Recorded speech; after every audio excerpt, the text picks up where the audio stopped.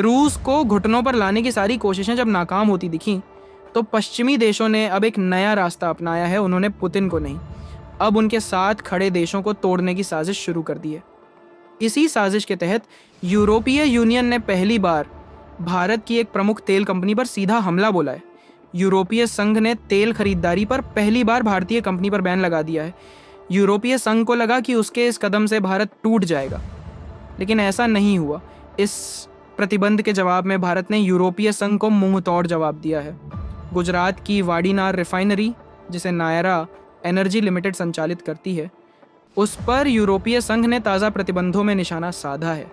इसकी सबसे बड़ी वजह यह है कि इस रिफाइनरी में रूस की सरकारी तेल कंपनी रोसनेफ्ट की 49.13% हिस्सेदारी है और इसी के ज़रिए भारत रूस से तेल खरीदता है। आज हम बात करेंगे एक ऐसे मुद्दे की जिसने अंतर्राष्ट्रीय राजनीति में भूचाल ला दिया है। एक तरफ पश्चिमी देश है जो रूस के राष्ट्रपति व्लादिमीर पुतिन को कमज़ोर करने की हर मुमकिन कोशिश कर रहे हैं, और दूसरी तरफ है भारत जो अपने हितों से कोई समझौता नहीं कर रहा। यूरोपीय यूनियन ने हाल ही में एक ऐसा कदम उठाया जिससे उन्हें लगा कि भारत शायद झुक जाएगा, लेकिन उन्होंने शायद भारतीय दृढ़ संकल्प को कम आंका था। यूरोपीय संघ को लगा कि इस एक चाल से भारत पर ऐसा दबाव बनेगा कि वह रूस से तेल खरीदना बंद कर देगा, लेकिन उनका यह दांव उल्टा पड़ गया। इसके जवाब में भारत ने यूरोपीय संघ द्वारा रूस पर लगाए गए 18वें प्रतिबंध पैकेज को सिरे से खारिज कर दिया है। भारत ने न केवल इन प्रतिबंधों को एक तरफा बताया है, बल्कि ऊर्जा व्यापार में यूरोप द्वारा अपनाए गए दोहरे मापदंडों की भी कड़ी आलोचना की है। भारत के विदेश मंत्रालय की तरफ से इस पर बयान जारी करते हुए यूरोप के प्रतिबंध को सख्ती से खारिज कर दिया और इसे एक तरफा बताया। सिर्फ इतना ही नहीं, इसे लेकर यूरोप के दोहरे चरित्र को भी उजागर किया। मंत्रालय के प्रवक्ता रणधीर जायसवाल की तरफ से बयान जारी करते हुए बताया गया कि हमने यूरोपीय संघ द्वारा घोषित ताज़ा प्रतिबंधों पर ध्यान दिया है। बयान में कहा गया कि भारत किसी भी एक तरफा प्रतिबंधात्मक उपाय का समर्थन नहीं करता है। सबसे महत्वपूर्ण बात यह है कि भारत ने अपनी ऊर्जा सुरक्षा को देश के नागरिकों की बुनियादी ज़रूरतों को पूरा करने के लिए अत्यंत महत्वपूर्ण बताया है और इस पर कोई समझौता नहीं किया जा सकता। मंत्रालय ने साफ शब्दों में कहा, हम यह स्पष्ट करना चाहते हैं कि ऊर्जा व्यापार में दोहरे मापदंड स्वीकार्य नहीं है। यह पहली बार नहीं है जब भारत ने पश्चिमी देशों के इस डबल स्टैंडर्ड को उजागर किया हो। हमारे विदेश मंत्री एस जयशंकर ने तो यूरोप की धरती से ही यूरोप को आईना दिखाया था।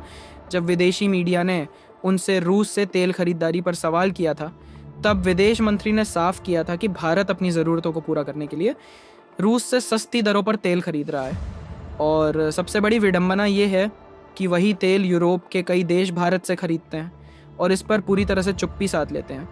आज जब भारत की नायरा एनर्जी लिमिटेड तेल कंपनी पर इस तरह का प्रतिबंध लगाया गया तो भारत ने खुलकर जवाब दिया और एक बार फिर यूरोप के दोहरे मापदंडों को बेनकाब कर दिया। आपको बता दें कि पिछले कई दिनों से पश्चिमी देश, खासकर अमेरिका, भारत और चीन द्वारा रूस से खरीदे जा रहे तेल को लेकर बौखलाए हुए हैं। पहले अमेरिका के पूर्व राष्ट्रपति ट्रंप ने BRICS देशों को धमकी दी और उसके बाद अमेरिका में ही रूस और चीन जैसे देशों के खिलाफ एक बिल लाया गया जिसमें उन पर 500% तक टैरिफ लगाने की घोषणा की गई। हालांकि ये बिल अभी तक पास नहीं हुआ है, लेकिन इसके बाद से उनके तेवर लगातार सख्त होते दिखाई पड़ रहे हैं, चाहे वह अमेरिका हो, नाटो देश हो या फिर यूरोपीय यूनियन। यूरोप और अमेरिका मिलकर इस समय भारत और चीन की घेराबंदी करना चाहते हैं ताकि किसी भी स्थिति में पुतिन पर दबाव बनाकर उन्हें यूक्रेन युद्ध छोड़ने पर मजबूर किया जा सके। वे चाहते हैं कि भारत और चीन रूस से तेल खरीदना बंद कर दें, लेकिन भारत ने बार बार यह स्पष्ट किया है कि वह अपनी तेल की ज़रूरतों को पहले भी पूरा करता रहा है, आज भी कर रहा है और ज़रूरत के हिसाब से आगे भी करता रहेगा। भारत अपनी राष्ट्रीय प्राथमिकताओं और अपने लोगों की ज़रूरतों से कोई समझौता नहीं करेगा। तो दोस्तों, यह था अंतर्राष्ट्रीय संबंधों का एक और दिलचस्प अध्याय जहां भारत ने अपनी संप्रभुता और अपने हितों की रक्षा करते हुए पश्चिमी देशों के दोहरे चरित्र को बेनकाब किया है। इस पूरे मामले पर आपकी क्या राय है? हमें कमेंट्स में ज़रूर बताएं।